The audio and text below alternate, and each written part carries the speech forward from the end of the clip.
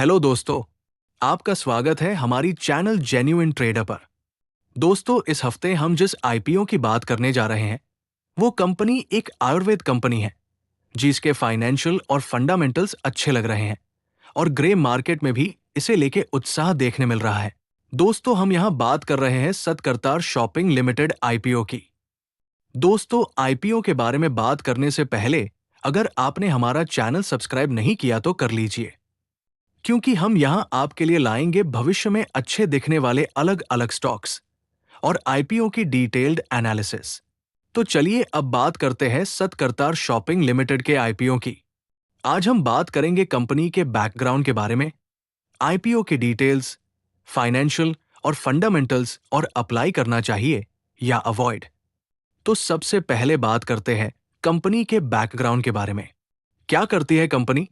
सतकरतार shopping limited company जून 2012 को स्थापित हुई थी। ये आयुर्वेद की नेचुरल रेमेडीज और लाइफस्टाइल प्रोडक्ट्स बनती है, जिसमें Ayurvedic medicines, herbal tease, immunity booster, digestion और स्किन केयर प्रोडक्ट्स शामिल है। ये एक आयुर्वेद हेल्थ केयर कंपनी है जो कि डायबिटीज, जोड़ों के दर्द, बवासीर और अन्य स्वास्थ्य संबंधी चिंताओं जैसी अलग अलग बीमारियों के लिए दवाएं बनाती है। कंपनी अधिकतर अपनी बिक्री ऑनलाइन करती है, जिसमें उनकी वेबसाइट और ई कॉमर्स प्लेटफॉर्म शामिल है। इसके अलावा सतकरतार शॉपिंग टीवी मार्केटिंग के जरिए भी अपने सामान को बेचती है। कंपनी अपने उत्पाद पोर्टफोलियो में विविधता ला रही है, जिसमें विभिन्न स्वास्थ्य मुद्दों जैसे वजन कम करना, बालों की देखभाल, आंत का स्वास्थ्य और मानसिक स्वास्थ्य से संबंधित उत्पाद शामिल हैं।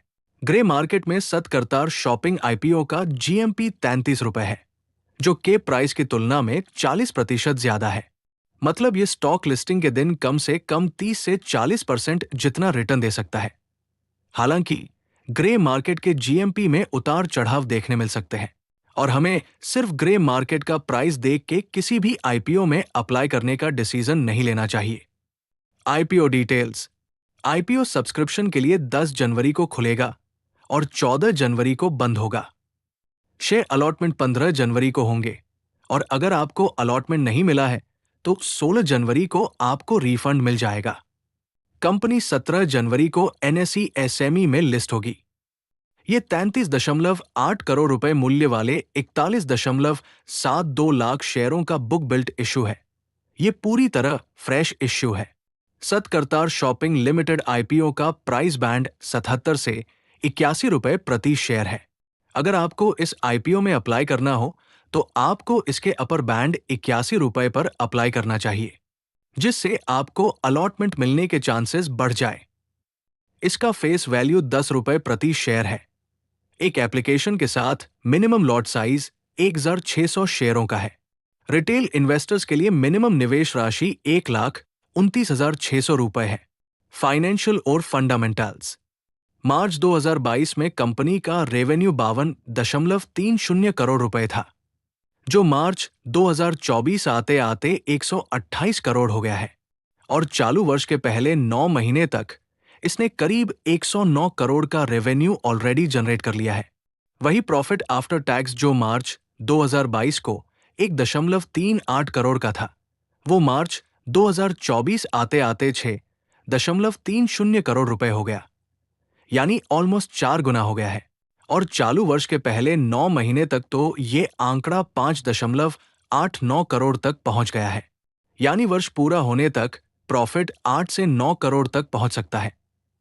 पिछले 2 सालों में कंपनी का रेवेन्यू और प्रॉफिट 4 गुना बढ़ गया है। इसी से पता चलता है कि कंपनी का फाइनेंशियल कितना मजबूत है।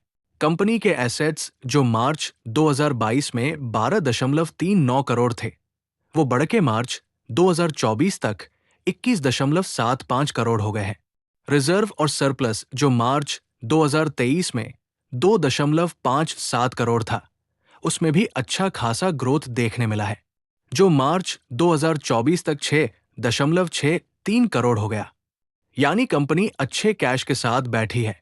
कर्ज की बात करें तो मार्च 2022 में कर्ज 8.14 करोड़ था, जो मार्च 2024 तक 1.77 करोड़ हुआ है। मतलब कंपनी ने कर्ज काफी कम कर दिया है, जो बहुत अच्छी बात है। कंपनी इतना कर्ज कभी भी चुका सकती है। रिटर्न ऑन इक्विटी 66.84% है। वही आर ओ सी ई 91.55% है, जो शानदार है। डेट टू इक्विटी 0.19 है, मतलब कर्ज ना के बराबर है। प्रॉफिट आफ्टर टैक्स मार्जिन 4.93% है, जो काफी कम है। इतना रेवेन्यू करने के बाद भी नेट प्रॉफिट बहुत ही कम है, जिसके बारे में कंपनी को सोचना होगा। आईपीओ फंड का यूज।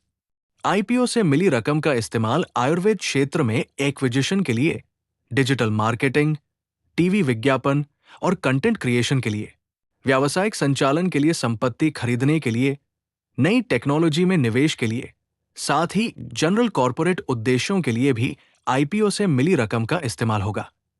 अप्लाई करें या अवॉइड? कंपनी के फाइनेंशियल बहुत ही अच्छे हैं। पिछले 2-3 सालों में कंपनी के रेवेन्यू और प्रॉफिट में शानदार ग्रोथ देखने मिला है। ग्रे मार्केट में भी लोगों का अच्छा रिस्पॉन्स देखने मिल रहा है, जिसकी वजह से ये कंपनी लिस्टिंग के दिन ये 30 से 40% का रिटर्न दे सकती है।